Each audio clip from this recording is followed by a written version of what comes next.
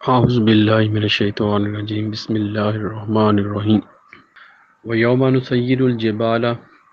وَتَرَى الْأَرْضَ بَارِزَةً وَحَشَرْنَاهُمْ فَلَمْ نُغَادِرْ مِنْهُمْ أَحَدًا وَعُرِضُوا عَلَى رَبِّكَ صَفًّا لَقَدْ جِئْتُمُونَا كَمَا خَلَقْنَاكُمْ أَوَّلَ مَرَّةٍ بَلْ زَعَمْتُمْ أَلَّن نَّجْعَلَ لَكُم مَّوْعِدًا۔ وہ دن ہوگا جب ہم پہاڑوں کو چلائیں گے اور آپ زمین کو صاف میدان دیکھیں گے، اور ہم سب انسانوں کو جمع فرمائیں گے اور ان میں سے کسی کو نہیں چھوڑیں گے، اور آپ کے رب کے حضور کتار در کتار پیش کیے جائیں گے۔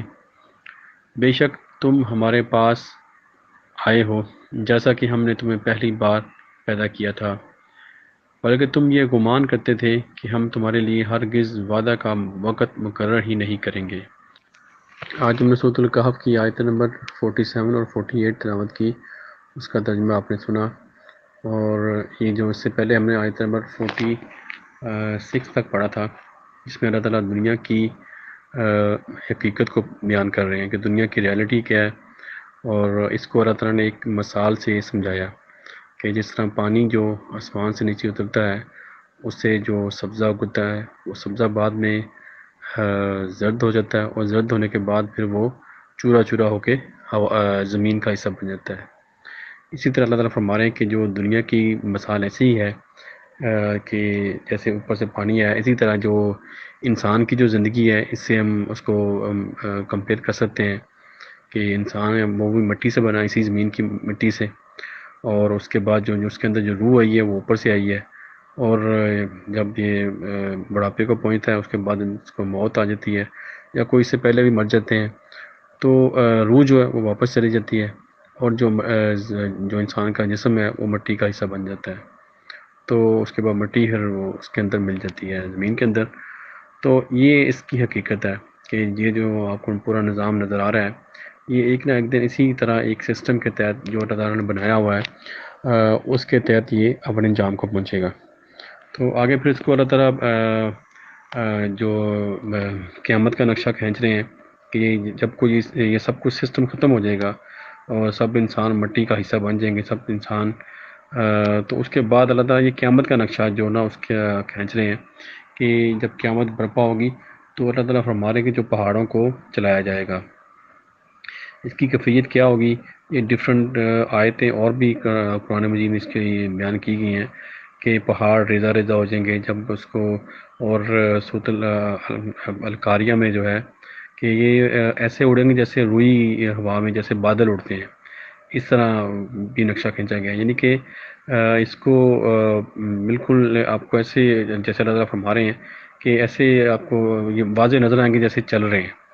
تو یہ اس کا پروسیجر ہے، اللہ تعالیٰ کا سسٹم ہے، وہ اللہ تعالیٰ بتا رہے ہیں کہ کس طرح یہ زمین جو اپنے یہ جو سسٹم اپنے انجام کو پہنچے گا۔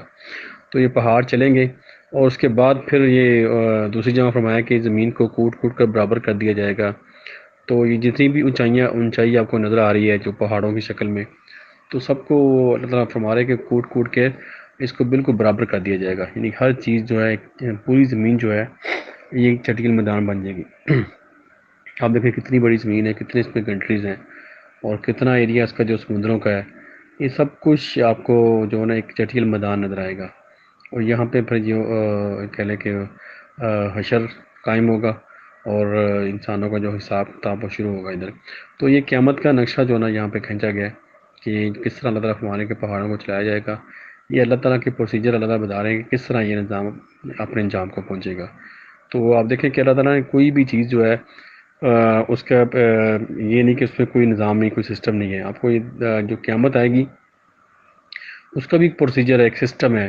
اور اللہ تعالیٰ نے اس کا ایک پورا نظام بنایا کہ کس طرح یہ چیزیں اپنے انجام کو پہنچے گی۔ یہ نہیں کہ بالکل ایک آپ کہہ لیں کہ ایک سیکنڈ کے اندر ہی سب کچھ ختم ہو جائے گا، نہیں، یہ اس کو جو بتایا جا رہا ہے کہ ایک سسٹم ہے کہ پہلے پہاڑ وہ آپ کو اللہ تعالیٰ بتا رہے ہیں کہ یہ جیسے ایسے فیل ہوگا جیسے اڑ رہے ہیں، چل رہے ہیں، اور اس کے بعد دوسری جگہ فرمایا کہ اس کو کوٹ کوٹ کر بالکل برابر کر دیا جائے گا، یعنی کہ پورا ایک سسٹم ہے، ایک پروسیجر ہے، جس طرح کہ یہ چیز جب بنی تھی، جب کائنات کو بنایا تھا اللہ تعالیٰ نے پورا ایک سسٹم کے تحت بنایا تھا، اسی طرح اس کو جب ختم کیا جائے گا تو وہ بھی ایک سسٹم کے تحت ہی اس کو ختم کیا جائے گا۔ تو یہ اللہ تعالیٰ فرما رہے ہیں کہ پہاڑوں کو چلایا جائے گا، اور آپ فرما رہے ہیں، اللہ تعالیٰ فرما رہے ہیں، اور زمین آپ دیکھیں گے زمین صاف میدان ہوگی، اور ہم سب انسانوں کو جمع فرمائیں گے۔ اب اس کے بعد جو بھی انسان شروع سے حضرت آدم سے لے کے اور جو بھی آخری انسان ہوگا، سب کو اللہ تعالیٰ جمع فرمائیں گے، اور اللہ تعالیٰ فرما رہے ہیں کہ کسی کو بھی نہیں چھوڑا جائے گا، سب کو ہم جمع کریں گے۔ یعنی کوئی بھی اللہ کے جو حساب کتاب سے جو اس سے بچ نہیں سکے گا، جو اللہ تعالیٰ نے دن مقرر کیا ہے، کوئی اس سے بچ نہیں سکتا۔ تو جو بھی ہمارا دیکھیں دنیا کے اندر جو کوئی لوگ کہتے ہیں کہ مرنے کے بعد کچھ بھی نہیں ہوگا، سب کچھ یہاں پہ ہی ہے، بہت سے لوگ ایسے کہتے ہیں، تو ان سب کو پھر پتہ چلے گا کہ اللہ تعالیٰ کیسے پھر یہ نظام کو دوبارہ پھر چلائیں گے، اور پورے جو انسان جو دنیا سے چلے گئے ہیں سب کو اللہ تعالیٰ جمع کریں گے۔ تو اللہ تعالیٰ ہمارے کسی کو بھی نہیں چھوڑا جائے گا، سب کو جمع کریں گے۔ تو یہ پھر یہاں پہ جو سب کو انصاف دیا جائے گا، انصاف کے ساتھ فیصلے کیے جائیں گے، تو یہ دن قیامت کا ہے۔ آگے پھر ہمارے اللہ تعالیٰ آیت نمبر 48 میں فرما رہے ہیں، اور آپ کے رب کے حضور قطار در قطار پیش کی جائیں گے۔ تو یہ بھی قیامت کا نقشہ ہے کہ ان کی قطاریں ہوں گی، یہ آپ یعنی کہ امتوں کی شکل میں ہوگی، ہر نبی کی ایک امت ہوگی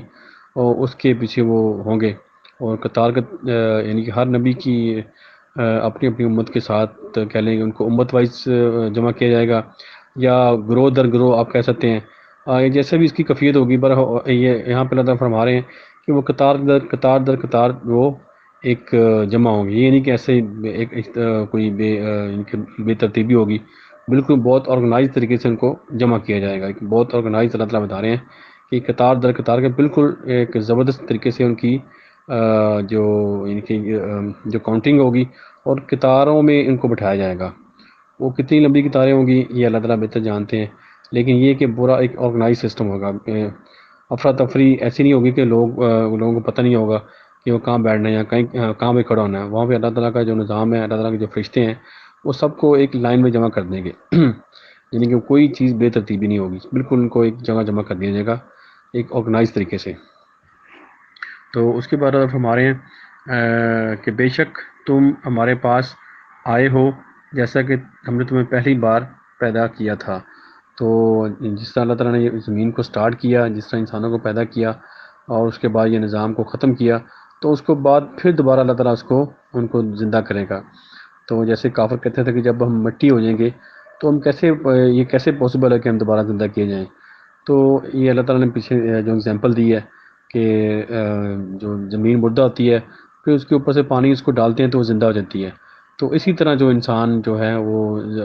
اللہ کے لیے کوئی مشکل نہیں ہے، اللہ نے آپ کو پہلے بھی تو پیدا کیا ہے، تو اللہ کو دوبارہ پیدا کرنے میں کوئی مشکل نہیں ہے، تو اللہ کے لیے آسان ہے۔ تو یہ اللہ تعالیٰ ہمارے کہ جس طرح آپ کو پہلے پیدا کیا گیا اسی طرح آپ کو دوبارہ اللہ تعالیٰ زندہ کرے گا اس دن۔ تو آپ یہاں پہ اللہ تعالیٰ فرما رہے ہیں کہ بلکہ تم یہ گمان کرتے تھے کہ تمہارے لیے ہرگز وعدہ کا وقت مقرر ہی نہیں کیا جائے گا۔ یہ ان لوگوں کو جو کہ اس دن کا انکار کرتے تھے، جو کہ دنیا کو سب کچھ سمجھتے تھے، وہ کہتے تھے کہ جو کچھ ہے وہ یہی دنیا ہی ہے، آخرت میں کچھ نہیں ہے، ہمیں کوئی جزا سزا کو وہ انکار کرتے ہیں کیونکہ ہمیں کوئی چیز نظر نہیں آ رہی، ہمارے لیے آگے یہ پردہ ہے آخرت کا، تو وہ اس کا انکار کرتے تھے۔ وہ کہتے ہیں کہ نہیں، سب کچھ یہی ہے، جو کچھ ہمیں نظر آ رہا ہے، جو کچھ یہ دنیا ہے یہی ہے۔ تو یہ سب سے بڑا فتنہ ہے، یہ جو آخرت کو بھول جانا، دنیا کی زندگی کو سامنے رکھتے ہوئے آخرت کو بھول جانا، جبکہ اصل جو مقصد ہے وہ یہ ہے کہ دنیا کی زندگی کو آپ سامنے رکھتے اور اس سے آپ آخرت اپنی سنوارتے، اور اگر آپ اللہ کے قوانین پہ عمل کریں تو آپ کی دنیا کی زندگی تو سنورتی ہے، تو آخرت بھی آپ کی سنورے گی۔ تو ایک نے اللہ تعالیٰ نے فرمایا کہ جو یہاں پہ اندھا ہے وہ آخرت میں بھی اندھا ہے۔ تو اس کا مطلب یہ ہے کہ جو یہاں پہ ہدایت یافتہ ہے وہ آخرت میں بھی اس کے لیے اللہ تعالیٰ آسانی کریں گے، اور جہاں بھی آپ کی زندگی ختم ہوگی سیم اسی سچویشن میں آپ کی زندگی وہاں سے سٹارٹ ہوگی۔ اگر آپ گناہ گار تھے اور اسی حالت میں آپ کو موت آئی تو آگے پھر آپ کی زندگی پھر وہیں سے سٹارٹ ہوگی۔ اگر آپ ایمان کی حالت میں آپ کی موت ہوئی ہے تو آگے اللہ تعالیٰ آپ کو وہی ایمان کی حالت میں اٹھائے گا اور آپ کو وہاں پہ اللہ تعالیٰ آسانی دے گا، اور آپ کو جو عرش کا سایہ نصیب کرے گا، جو قیامت کا دن ہوگا، جو کہ بہت سخت دن ہے۔ اللہ تعالیٰ فرماتے ہیں کہ زمین و آسمان پہ سب سے بھاری دن ہے وہ، تو یہ سب سے سخت دن ہے جس کو اللہ تعالیٰ یہاں پہ نقشہ کھینچ رہے ہیں۔ تو یہ اللہ تعالیٰ سب کو جمع کریں گے، اور کوئی بھی باقی نہیں رہے گا، کوئی بھی چھپ نہیں سکے گا، اور سب کو وہاں پہ جمع ہونا ہے اور اپنے جو اعمال کا وہ حساب دینا ہے۔ تو دعا ہے کہ اللہ تعالیٰ ہمیں توفیق دے کہ ہم جو ہمارا خاتمہ ہے وہ ایمان پہ ہو، اور نیک اعمال کرتے ہوئے ہم دنیا سے جائیں، اور آگے جو ہماری زندگی سٹارٹ ہوگی فوراً جو اس کے پاس بات دوسری زندگی سٹارٹ ہو جانی ہے، وہ ہماری اللہ تعالیٰ آسانی دے اس میں، اور جو نا اس کی بیس پہ، جو اس دنیا کی بیس پہ اگلی زندگی پہ اللہ تعالیٰ ہمارے لیے آسانی کرے۔ تو نبی پاک یہ دعا کرتے تھے کہ ربنا آتینا فی الدنیا حسنۃ وفی الآخرۃ حسنۃ وقنا عذاب النار، کہ اللہ تعالیٰ مجھے دنیا میں بھی آسانی دے اور آخرت میں بھی میرے لیے آسانی پیدا فرما۔ تو یہ بڑی بہترین دعا ہے، یہ ہم سب کو یہ دعا کرتے رہنا چاہیے، اور اللہ تعالیٰ ہم سب کو معاف کرے، اور ہم سب کو اس وبا سے نجات دے، اور ہم سب کو اللہ تعالیٰ ایمان کی موت دے۔ صدق اللہ العظیم، جزاک اللہ خیر۔